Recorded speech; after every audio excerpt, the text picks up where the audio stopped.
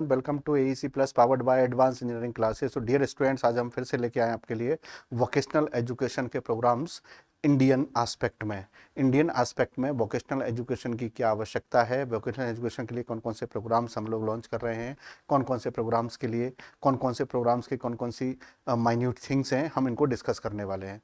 So this series is going to be very beneficial for the students who are going to prepare for the assistant director and principal grade exam.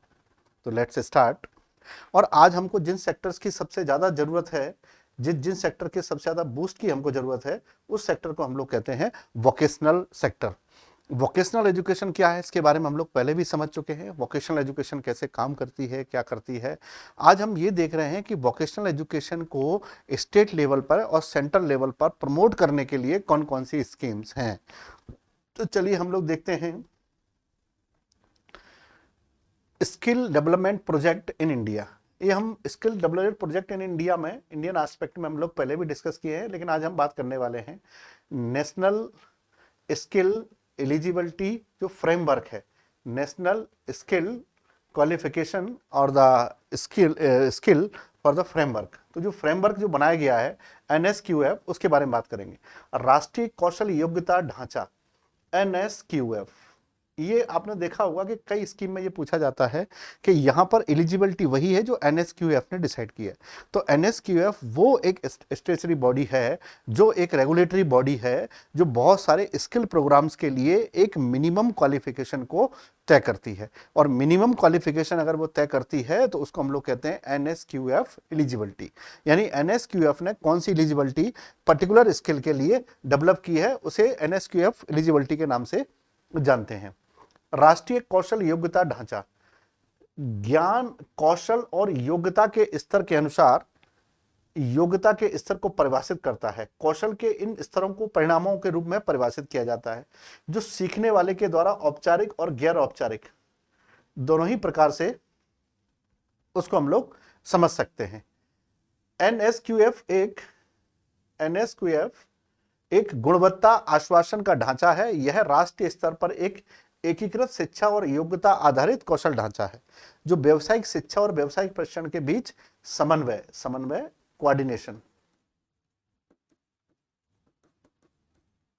Coordination को justify करता है।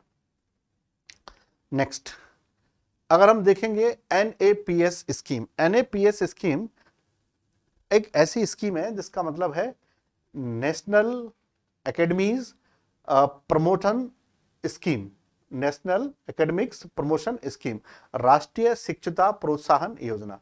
तो इसको हम लोग लिख सकते हैं नेशनल एकेडमिक्स प्रमोशन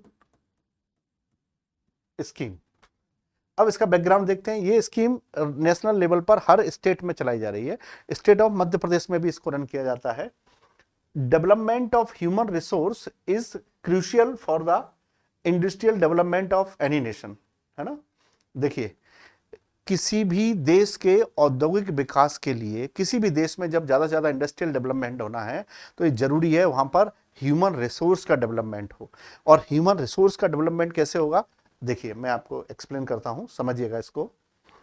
जैसे मान लीजिएगा एक ह्यूमन है और एक दूसरा भी ह्यूमन है। अगर दो ह्यूमन हैं,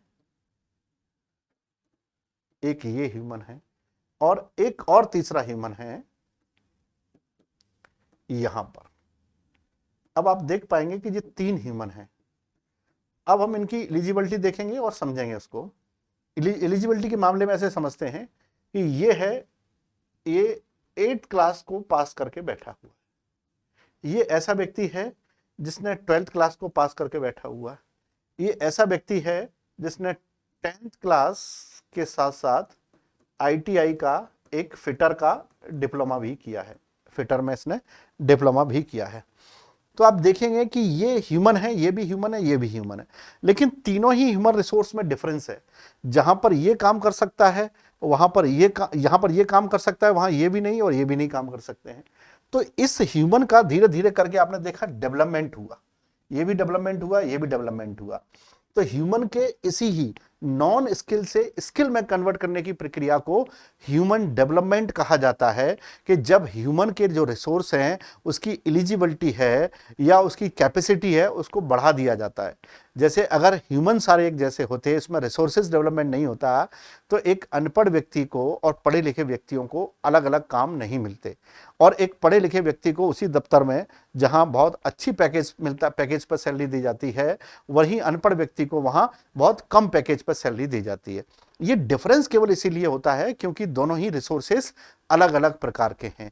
तो एक जो डेवलप्ड रिसोर्स होता है वो एनरिच्ड होता है, और जो डेवलप्ड रिसोर्स नहीं होता है वो एनरिच्ड नहीं होता है।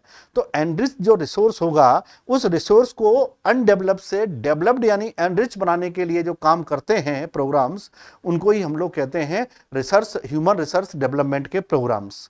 और उस प्रोग्राम में सबसे बड़ा जो रोल होता है वो होता है एजुकेशन का।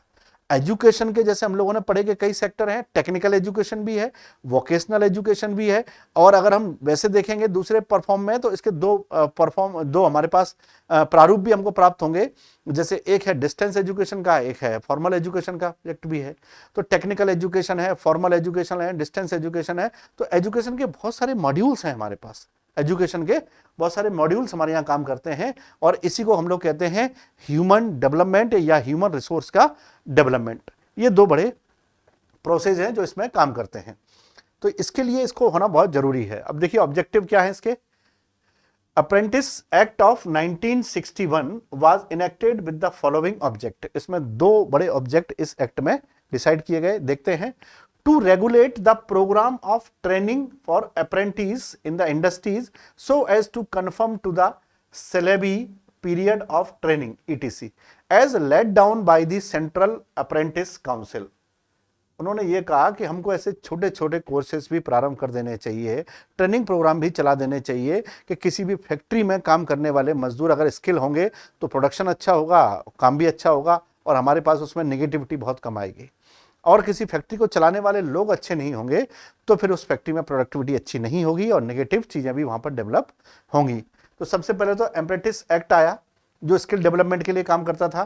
दूसरा है to utilize fully the facilities available in industry for imparting practical training with a view of meeting the requirements of skilled man power for industry. जैसे किसी फैक्ट्री में अगर बॉयलर लगा हुआ है या कोई दूसरी मशीन लगी हुई है, उस मशीन जब तक उस फैक्ट्री में प्रोडक्शन चल रहा है वो तो ठीक है, लेकिन उस फैक्ट्री के इसी स्किल को दूसरों को सिखाने के लिए शॉर्ट टर्म कोर्सेज भी अवेलेबल कराए जाते थे, ताकि उन शॉर्ट टर्म कोर्स को देख करके सीख करके लोग इसको और ज़्यादा डेवलप कर सकें। तो फैक्ट्री में जो भी रिसोर्सेस हैं, फैसिलिटी हैं, उनका यूज हम ह्यूमन रिसोर्स को और डेवलप करने के लिए करेंगे। आपने देखा होगा आज भी अप्रेंटिस का पीरियड होता है जहां पर लोगों को काम करना सिखाया जाता है, या इसके अलावा लोगों का एक और पीरियड होता है कि जैसे जब कोई टेक्निकल चीज सीख जाते हैं तो फिर उनका एक ट्रेनिंग प्रोग्राम होता है जिससे उनको प्रैक्टिकल जानकारियां मिलती हैं। तो अप्रेंटिस यानी बहुत सारे टेक्निकल और वोकेशनल चीजों में जब प्रैक्टिस आप करते हैं तो आपका अप्रेंटिस जो पीरियड है वो आपके नॉलेज को और बूस्ट कर देता है और आपके प्रैक्टिकल नॉलेज को भी बहुत अच्छा कर देता है। ठीक है, नेक्स्ट देखते हैं प्रधानमंत्री कौशल विकास योजना। प्रधानमंत्री कौशल विकास योजना इस देश में स्किल डेवलपमेंट प्रोग्राम के लिए एक बड़ा अम्ब्रेला कार्यक्रम है। स्किल डेवलपमेंट एक बड़ा अम्ब्रेला कार्यक्रम है और उसी ही नेशनल स्किल डेवलपमेंट जो मिशन है उसके अंडर में ही ये स्कीम काम करती है, और इस स्कीम का भी अपना एक अलग से कॉन्सेप्ट है, और ये कॉन्सेप्ट अपने कुछ स्पेशल वैल्यूज और ऑब्जेक्टिव के साथ ये काम करती है। इनको हम थोड़ा सा समझेंगे, इसके ऑब्जेक्टिव और इसके बारे में। The ministry of skill development and entrepreneurship, ये हमारा स्किल डेवलपमेंट मिनिस्ट्री का नाम है, launched the Pradhan Mantri Kaushal Vikas Yojana in 2015 administrated by the National Skill Development Corporation, NSDC इसको एडमिनिस्ट्रेट करता है। The government of India aims to provide the country's youth with training that will help them achieve meaningful industry relevant skill। यानी बहुत सारे नए नए technical arrival हो रहे हैं, नई नई कंपनियां और टेक्निक्स जो आ रही हैं, उस नई नई कंपनी और टेक्निक्स के से रेलेवेंट चीज़ों को हम लोगों को ट्रेनिंग प्रोवाइड करेंगे, उनको सिखाएंगे और उनके उस नए स्किल को हम लोग डेवलप करेंगे। क्योंकि टेक्निकल अराइवल से काम नहीं चलेगा, उस टेक्निक को यूज़ करने वाले लोग भी चाहिए। अगर उस नई टेक्नोलॉजी का हम लोग यूज़ करेंगे तो हम अपने अल्टीमेट डेवलपमेंट के गोल को प्राप्त कर सकते हैं, अदरवाइज नॉट, अदरवाइज हम उसके गोल को प्राप्त नहीं कर पाएंगे। यही इसमें टारगेट रखा गया है। और 2015 से ही आपने देखा होगा कि स्किल इंडिया के बहुत सारे प्रोग्राम्स भी लॉन्च और भी साथ साथ चल रहे हैं। जैसे एक बहुत अच्छा प्रोग्राम है जिसका नाम है make in India. Make in India 2014 से ही हमारे यहाँ पर लॉन्च कर दिया गया था सितंबर में। और इसका एक टारगेट है कि जो भी हमारे यहाँ टेक्निकल अराइवल होगा वो इंडिजीनियस टेक्नोलॉजी से ही निकलेगा। मेक इन इंडिया का जो कार्यक्रम चलाया गया, इसके अलावा मेक इन इंडिया में ही ये तय किया गया, अभी कुछ वर्ष पहले ही हमारे प्राइम मिनिस्टर ने एक बार मन की बात में ये कहा था कि हम अपने यहाँ के खिलौने ही खरीदेंगे, अपने यहाँ के खिलौने ही बनाएंगे। यहाँ पर बहुत सारे लोगों को लकड़ी के खिलौने, मिट्टी के खिलौने और बहुत सारे सेल के खिलौने बनाने की कला पता है, उनको बहुत सारी आर्ट पता है। तो इस आर्ट को हम लोग पैट्रोनेज देंगे और इस आर्ट के जो खिलौने बनाए जा रहे हैं उनको ही हम लोग प्रमोट करेंगे। और ये आपने देखा है, जो उन्हीं की बात का परिणाम है कि पिछले कुछ वर्षों में हमने ये देखा है कि कुछ वर्षों से, और नई रिपोर्ट में ये आया है कि अब हम जो खिलौने बाहर से मंगाते थे खेलने के लिए, इंपोर्ट करते थे, उस पर जो पैसा खर्च होता था वो हमारा कम हो गया है। और इस जो हमारा इंपोर्ट जो टॉयज पर खर्च होता है, टॉयज इंपोर्ट पर जो पैसा खर्च होता था वो कम हो गया है। इसका सबसे बड़ा कारण ये है कि हम अपने यहाँ के टेक्निकल डेवलपमेंट को, स्किल डेवलपमेंट को बढ़ा पाए हैं। तो स्किल डेवलपमेंट जब किसी कंट्री में बढ़ता है तो हमारी स्किल के लिए जो डिपेंडेंसी दूसरे देशों पर होती है वो धीरे धीरे करके कम हो जाती है। क्योंकि अगर हम स्किल के लिए दूसरे देशों पर निर्भर रहेंगे तो हमें उसको आउटसोर्स करना पड़ेगा, उस स्किल को, और उस स्किल को आउटसोर्स करेंगे उसमें बहुत सारा पैसा खर्च होगा। अगर हम उस स्किल को अपने कंट्री में ही डेवलप कर लेंगे तो हमारा आउटसोर्स करना और उस किसी की दूसरे के स्किल पर डेवलप होना ये बंद हो जाएगा। और इससे हम लोग सेल्फ डेवलपमेंट की ओर भी, सेल्फ डेवलपमेंट के लक्ष्यों को भी प्राप्त कर लेंगे। अब देखिए इसमें स्कीम में ऑब्जेक्टिव्स क्या निर्धारित किए गए। PMKVY is a skill certification scheme that aims to encourage the youth population of the country to take up training which is industry relevant and builds them in skill development। मतलब नई तकनीकी, नई industry के अनुसार आपको चीजों को सिखाना और नई इंडस्ट्री में स्किल की डिमांड को पूरा करने के लिए आपको ये स्कीम तैयार करेगी और स्किल डेवलपमेंट पर फोकस करेगी। The scheme was launched with an intention to provide secure livelihood for the individual participating in the training. इस ट्रेनिंग में भाग लेने वाले लोगों को यह अश्योर किया जाता है कि उनकी लाइवलीहुड, जीवन स्तर को हम लोग बेहतर बनाएंगे और उनके लिए जीवन यापन का कोई ना कोई नया साधन उनको अवेलेबल भी कराएंगे, जिससे कि वो अपने इस सेगमेंट में अपने आप को और ज्यादा डेवलप कर सकें। Individual PMKVY will also certify the previous learning experience or skill of the individual under the recognition of prior learning RPL। देखिए, जब आपने थोड़ा बहुत सीखा हुआ है और आप इस ट्रेनिंग में रजिस्टर होते हैं, फिर जाकर के थोड़ा बहुत सीखते हैं, तो ये ट्रेनिंग आपको दोनों तरह की चीजें प्रोवाइड करेगी। कुछ वो चीजें भी प्रोवाइड करेगी जो आपने पहले से सीखी हैं, उसका भी सर्टिफिकेट आपको मिलेगा, और जो नई चीजें सीखेंगे उसका भी सर्टिफिकेट मिलेगा। यानी आपका जो इनफॉर्मल नॉलेज है अब वो फॉर्मल हो जाएगा, इनफॉर्मल नॉलेज है अब वो आपका फॉर्मल नॉलेज हो जाएगा। इसके अलावा नई टेक्नोलॉजी, नए स्किल डेवलपमेंट के भी चांसेस आपके सीखने के वहां पर बढ़ जाएंगे। नेक्स्ट, कंपोनेंट्स ऑफ प्रधानमंत्री कौशल विकास योजना। प्रधानमंत्री कौशल विकास योजना के कौन कौन से कंपोनेंट हैं। देखिए, पहला कंपोनेंट है इसका short term training. Short term यानी कि लघुकालीन, यानी कि लघुकालीन प्रशिक्षण।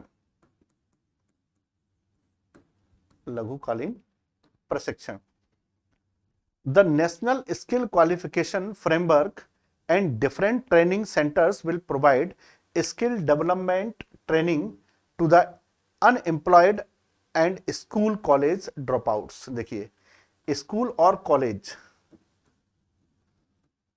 स्कूल और महाविद्यालय छोड़े हुए, जिन्होंने अपनी पढ़ाई बीच में छोड़ दी है, ड्रॉप आउट हैं, ठीक है, अनएम्प्लॉयमेंट हैं, बेरोजगार हैं, ऐसे लोगों को इसमें ट्रेनिंग प्रोवाइड करने का लक्ष्य रखा गया है।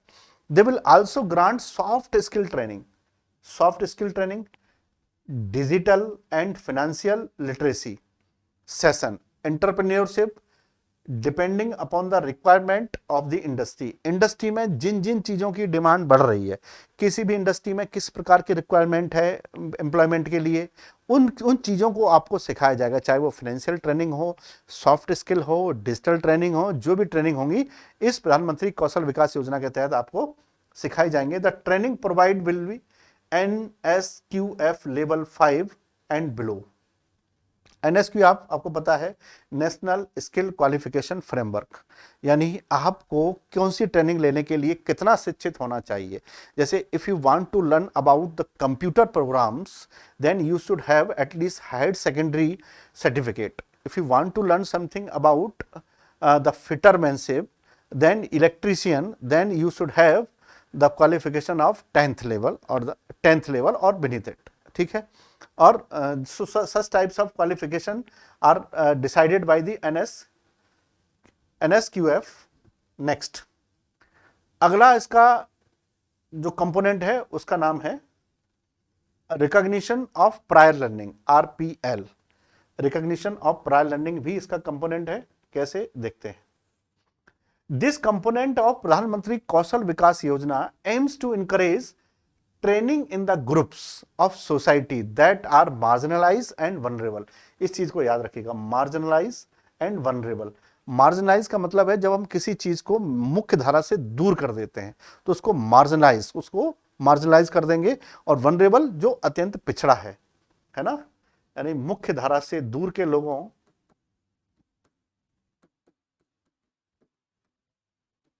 मुख्य धारा से दूर के पिछड़ों एवं अत्यंत पिछड़ों के लिए यह कार्यक्रम प्रारंभ किया गया। तो ये दो सेक्शन को आप याद रखिएगा, मार्जिनलाइज एंड वनरेबल।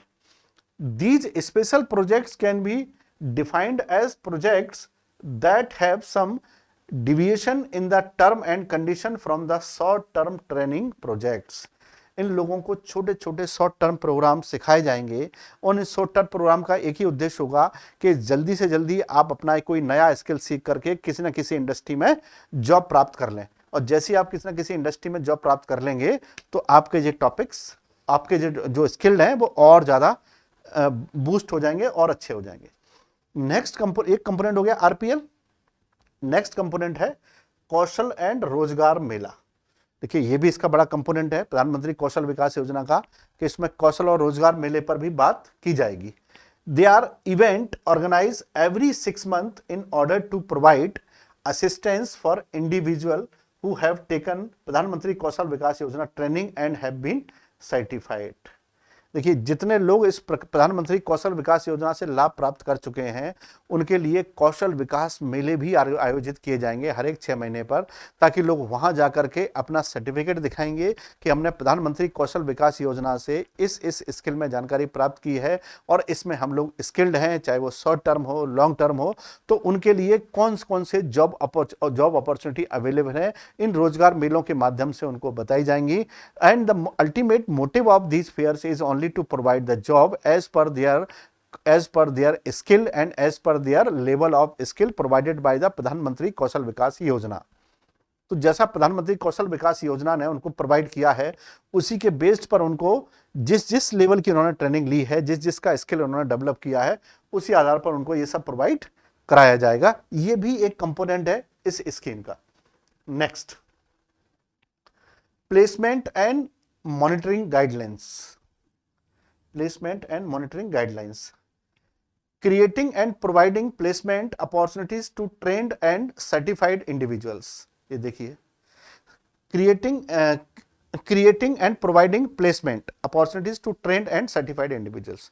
उनको placement opportunity भी इस योजना का प्रदान कराना एक component है। Maintaining high quality training standards through the Skill Development Management System, SDMS। Skill development management system के द्वारा ट्रेनिंग में उन सारी बारीकियों और टेक्निकल एस्पेक्ट को बहुत बूस्ट करने के लिए और हाई लेवल की ट्रेनिंग को मैनेज करने के लिए कहा गया है। Next, skill development project in India.